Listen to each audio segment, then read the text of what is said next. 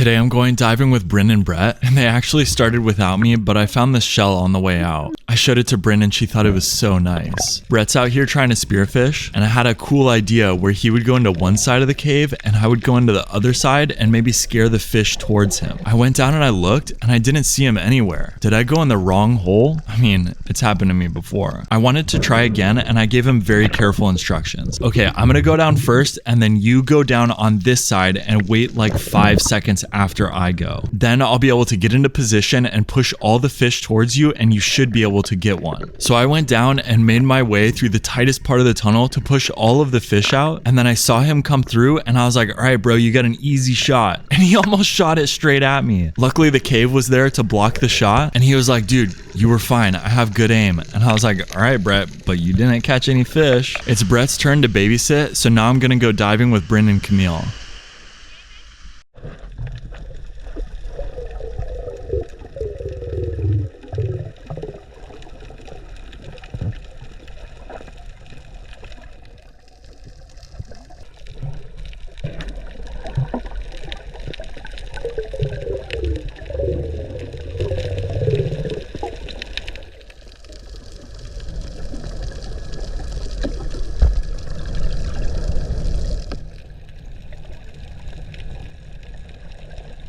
Today I saw this Pincushion sea star hanging out on some coral and I wanted to show it to my new friend Camille. She hasn't gone snorkeling very much, so it's fun to show her things that are completely brand new. I was taking some pictures of Bren and Camille with the Pincushion sea star, and then Bren was like, wait, I want to go find another one. So she did and she brought it up, and now Camille has 2 Pincushion sea stars. Is it true that 2 is better than 1? Then Bren was like, wait, what if I do this with the Pincushion sea stars? And then Camille came up and I'm like, whoa! There are children! Finally, we decided to put the Pincushion sea stars back on the sea floor, and sure, I could have swam them down and placed them on the reef, but I think even though they're completely brainless, they enjoy gently floating down.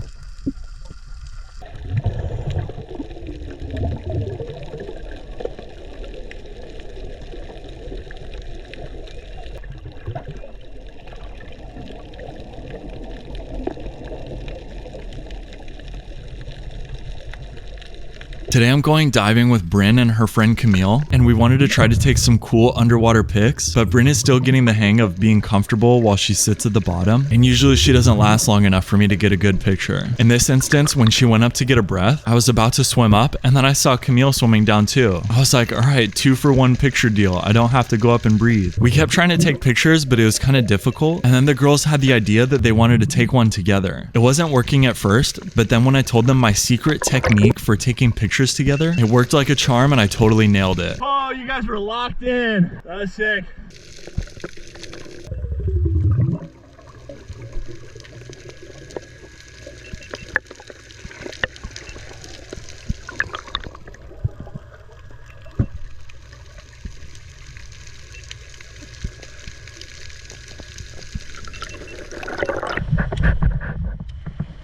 So I was out diving, taking a selfie with my little fish friend, and then my friend Bren interrupted me and was like, no, give me the selfie stick, I'll show you how it's done. So she dove down with her mermaid friend Camille, and I was like, wait, I want to play mermaids too. Then she took my stick and swam off with it. They're just out here swimming around taking selfies. Hello Bren, I'm trying to clean the ocean here. And then Bren was like, well, I'm trying to swim through some bubbles here. Then Camille wanted to try taking a selfie, and she dove down but couldn't get very deep. I'll take that back now, please.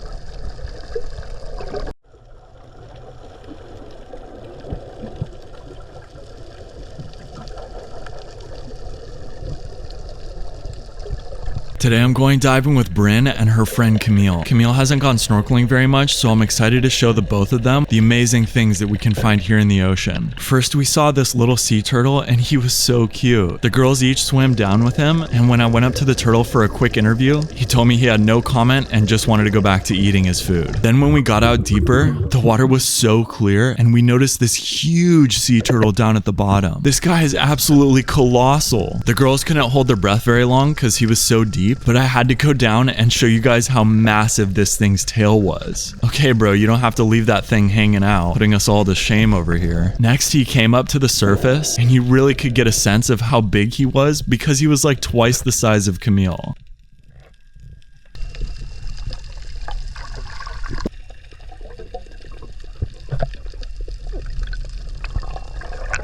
While I was out diving today, Camille was like, blow me a bubble ring. And apparently she wanted to swim through it because after I blew the most perfect, gorgeous bubble ring, she did her duck dive and started sprinting down. I think she went a little bit too fast because there was a slight wardrobe malfunction. Let's try to do that again. Luckily, because I'm the king of bubble ring, I was able to blow another perfect one and she swam up through it gracefully this time and we had no problems. Then Bren was like, oh, I want to try it, but I'm taking everything off. And I was like, wait a second, Bren, no. And she was like, no, just my fins and mask. What were you thinking?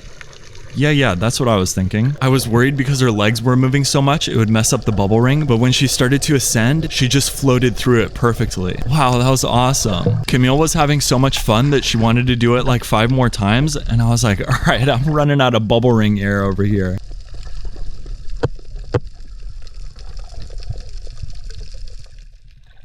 I get comments here and there from insecure men saying that they don't like my voiceover and they just want to see the clips. Well, here you go.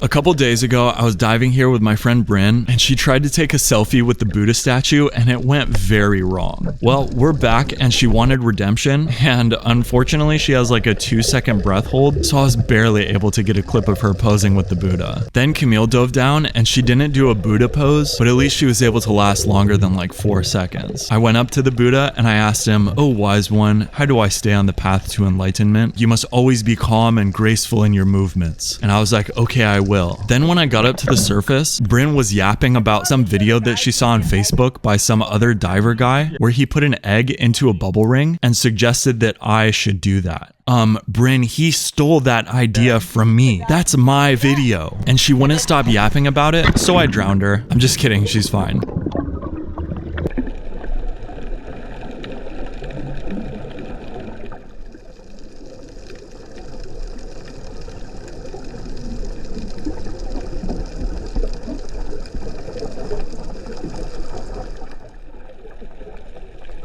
Today I'm hanging out with my buddy Brett while he goes spearfishing, but I didn't bring any spearfishing gear, so I'm just gonna pick up trash. First, I found this piece of fishing line stuck to a fishing weight, and then another fishing weight, and this metal wire that was so stuck that I couldn't get it out. Brett said that he wanted to go to a different spot, but we were caught in a traffic jam with all these losers on their scooter tour. Can't you guys just swim? Why do you need those noisy scooters? Anyways, I found some more fishing line, and I started entangling it from the reef. This fishing line gets spread all over, and it's a huge risk for sea creatures to get entangled in it and have a miserable death. So it's a lot of hard work to remove the fishing line, but it's a passion of mine that I love to do. I was able to get this piece completely off, and then I thought I saw a credit card poking out of the sand, so I went to grab it, and I realized it was this entire PADI dive instruction sheet or whatever. Why is PADI the worst? Can you guys dive without leaving trash in the ocean? Hello? I found some scuba bro nearby, and he was like, nah man, we're not all like this. It was just this one loser that brought this card in the ocean. Only a noob needs that. And I was like, all right, man, whatever you say.